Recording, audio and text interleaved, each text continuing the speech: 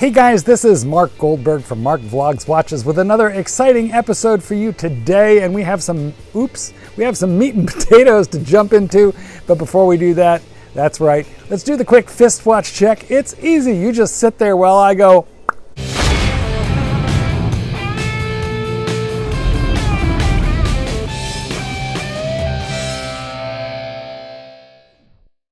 Do me a solid, guys, mash the like button on this video and please subscribe so we can do this again together. And here it is. Today, I'm wearing a really beautiful watch, a Breitling. This is a Chronomat 42, certainly more refined than earlier Breitlings. Tell me in the comments if you like it and if I should make a video reviewing it. I kind of like it. But as usual, I digress. Breitling is not the topic of this video. Rolex. Is Rolex even worth it anymore? And you know what? I've got a lot of mixed feelings on that topic. I can't help it, fellas. I don't know about you, but I am an unapologetic Rolex fanboy. It is by far my favorite brand of watch, bar none. I know there are watches with a greater level of horology. Aldemar, Piguet, Vacheron et Constantin, Patek Philippe. These arrogant sounding names, they've earned their place at the top of the horological pyramid. And that doesn't even count guys like F.P. Journe, the independent watchmakers who are building watches, you know, like one at a time by hand with a small crew of geniuses and boy wonders. So I know that Rolex is a mass-produced brand, but as far as I'm concerned, the Mercedes-Benz, even the Rolls-Royce, it's a mass-produced brand. It's not like a Maybach where they're building, you know, one or two of those a year by hand. Okay, look, I'm not a car guy, so if I've boogered up my analogies, you'll have to forgive me, and I know you'll be yelling at me in the comments, but I think you get the drift. Rolex, it's like the Porsche of automobiles. It's something that, like, it's made on an assembly line, but they're freaking amazing and really, really good. And I just love the brand, especially, if you will, the steel sports stuff. That's my particular genre. My weakness, really, when it comes down to it, is steel sports watches and especially divers. Now, I made a video not long ago talking about the 2020 Rolex supply. It is trashed. It is a bad situation right now if you're trying to shop Rolex, especially at the AD. I'll throw a link to that video in the description here in case you want to take a look. But supply is part of the problem here, so we do have to mention the fact that there just virtually is none. ADs all over the world are reporting very limited supply. Now, look, in a lot of places, the ADs are part of the problem.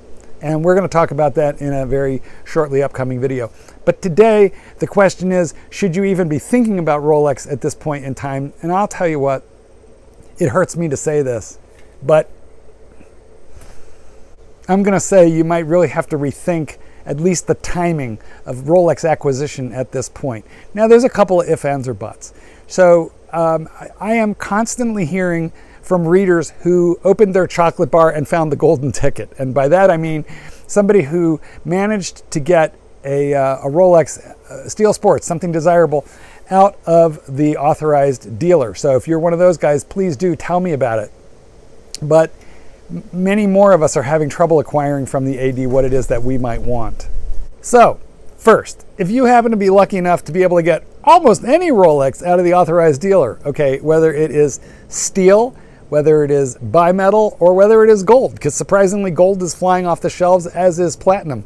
If you are in the market for any of that, if you can afford it and if you can purchase it from the AD, don't think twice.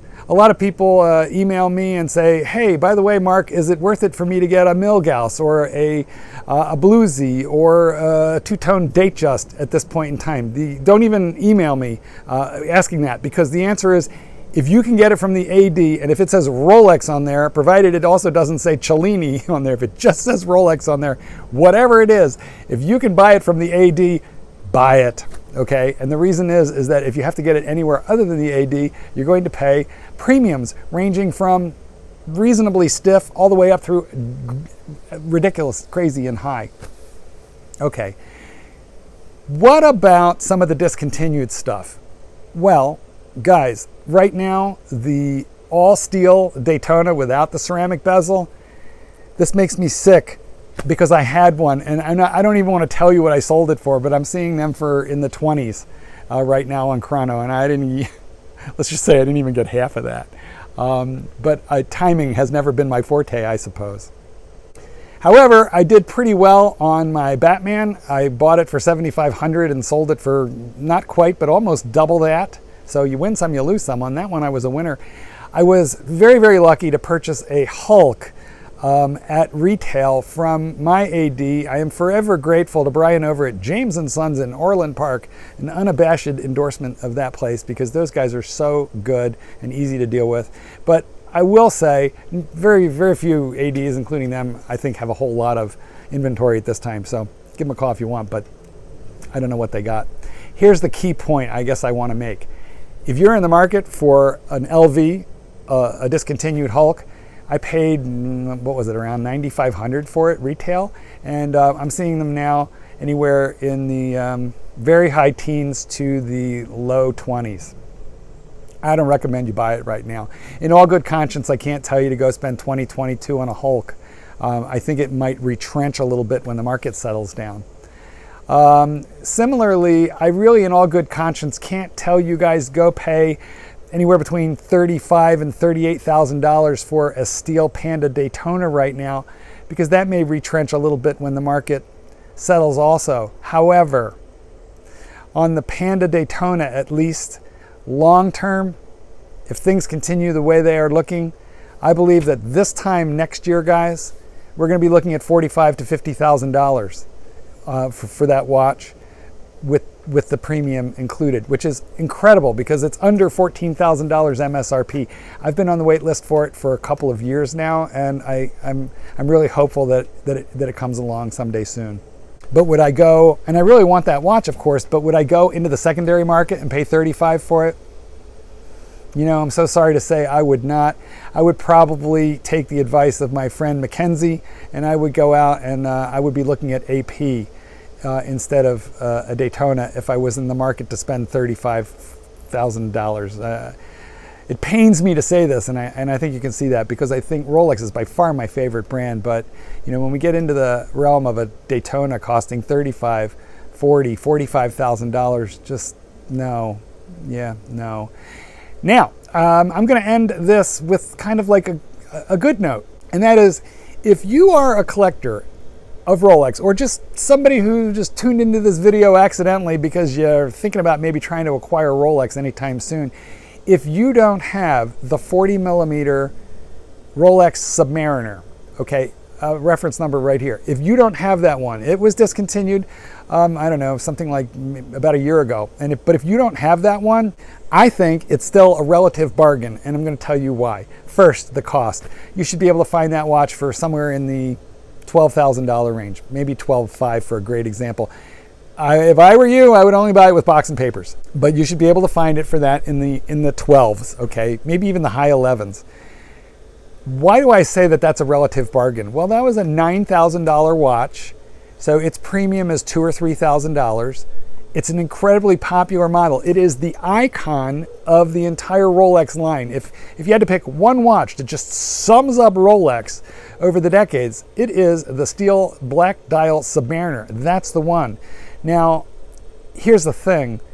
They made millions of those. I mean, it was in production for 10 or 12 years in that iteration, and they just made so many of them that they are not uncommon. And because of that, you can still buy that particular watch at a reasonable premium over its original price of $2,500 to $3,000. So if you don't have a Submariner, I think that is really almost the only bargain left at this point in Rolex. Now, mind you, there's one other area of Rolex that you could look at, and that is the 36 millimeter Datejusts.